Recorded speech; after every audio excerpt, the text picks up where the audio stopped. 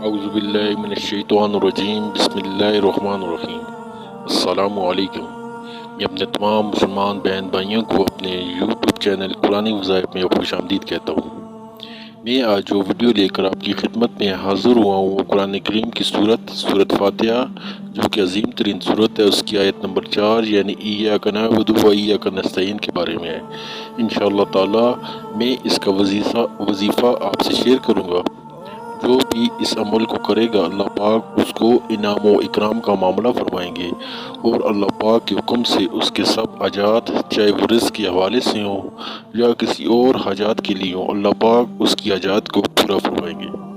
تو ویڈیو کو شروع سے لے کر اینڈ تک ضرور دیکھیں، کیونکہ میں اس ویڈیو میں ایک واقعے کا ذکر بھی کروں گا جو حضرت داؤد علیہ السلام کے دور کا ہے۔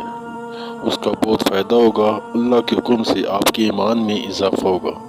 تو وظیفہ سن لیں، آپ نے ایاک نعبد و ایاک نستعین کو 100 بار پڑھنا ہے۔ آپ کسی بھی وقت یہ وظیفہ کر سکتے ہیں، اس کے لیے کوئی ٹائم مقرر نہیں ہے۔ اول و آخر درود پاک پڑھنا ہے اور پھر 100 بار یہ تسبیح ایاک نعبد و ایاک نستعین پڑھنی ہے۔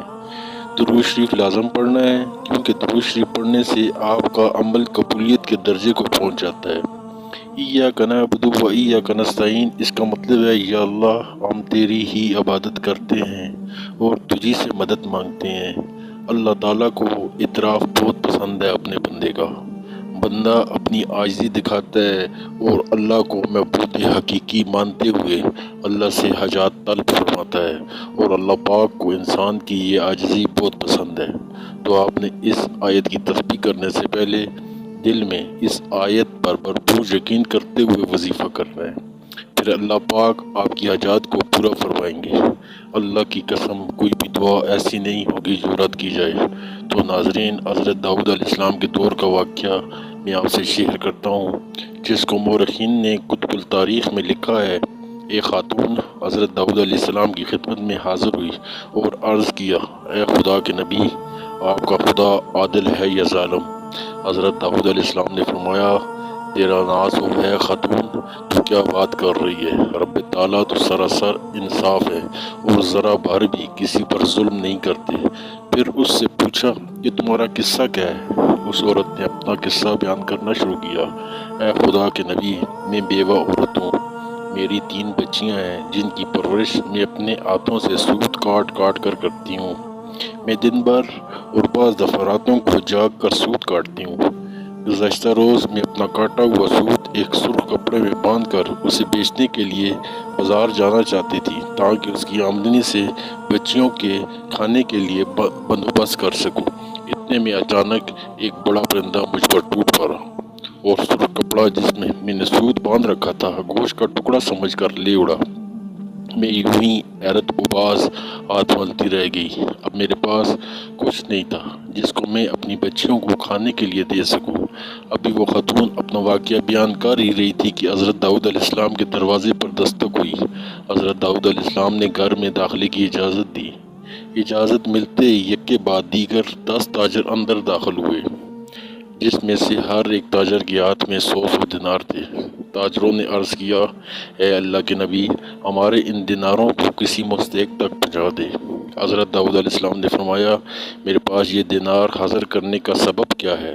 تاجروں نے جواب دیا، اے اللہ کے نبی، ہم سب ایک کشتی میں سوار تھے، اتفاقاً ایک زوردار آندھی آئی اور ہماری کشتی میں سوراخ ہو گیا اور پانی کشتی میں داخل ہونا شروع ہو گیا۔ مفت ہمیں نظر آ رہی تھی، ہم نے نظر مانی کہ حق تعالیٰ ہمیں اس طوفان سے نجات دے تو ہر شخص 100 دینار صدقہ کرے گا۔ اب پانی کشتی میں تیزی سے داخل ہونے لگا۔ ہمارے پاس کوئی چیز نہیں تھی جس سے ہم اس سوراخ کو بند کرتے۔ ادھر ہم نے نظر مانی، ادھر رب تعالیٰ نے ہماری مدد کا بندوبست کر دیا۔ ایک بہت بڑا پرندہ منڈلاتا ہوا کشتی کے اوپر آ گیا۔ اس کے پنجے میں ایک سرخ رنگ کی پوٹلی تھی۔ اس نے دیکھتے ہی دیکھتے وہ پوٹلی کشتی میں ڈال دی۔ ہم نے لپک کر اس پوٹلی کو اٹھا لیا، اس میں کاٹا ہوا سوت تھا۔ ہم نے فوراً کشتی کا سوراخ بند کیا اور یوں ہم موت کے منہ سے بچ نکلے۔ یہ قصہ سن کر حضرت داؤد علیہ السلام اس عورت کی طرف متوجہ ہوئے اور فرمایا، اے عورت، تیرا پروردگار تیرے لیے بیر و بر میں تجارت کر رہا ہے اور تو اسے ظالم گردان رہی ہے۔ پھر وہ دینار آپ نے اس عورت کے حوالے کی اور فرمایا، جاؤ اس سے اپنی بچیوں پر خرچ کرو۔ ایسا نہیں ہے کہ آپ کی کوئی حاجت اسی وقت پوری نہیں ہوئی تو اس کا مطلب ہرگز یہ نہیں ہے کہ اللہ پاک اس حاجت پر قادر نہیں ہے۔ اللہ نے اس سے بھی بہتر سوچ رکھا ہے جو آپ کے وہم و گمان میں بھی نہیں، جس طرح اس عورت کے وہم و گمان میں بھی نہیں تھا کہ چند دینار میں بکنے والا وہ سود 2100 دینار میں بک جائے گا۔ جب یہ وظیفہ کریں تو اپنے دل سے تمام شکوک و شبہات کو نکال کر اللہ کی ذات پر یقین کرتے ہوئے اس عمل کو کریں۔ انشاءاللہ تعالی آئندہ بھی ایسی ویڈیو لے کر آپ کی خدمت میں آتا رہوں گا۔ امید کرتا ہوں کہ آپ کو یہ ویڈیو اچھی لگی ہوگی۔ اسی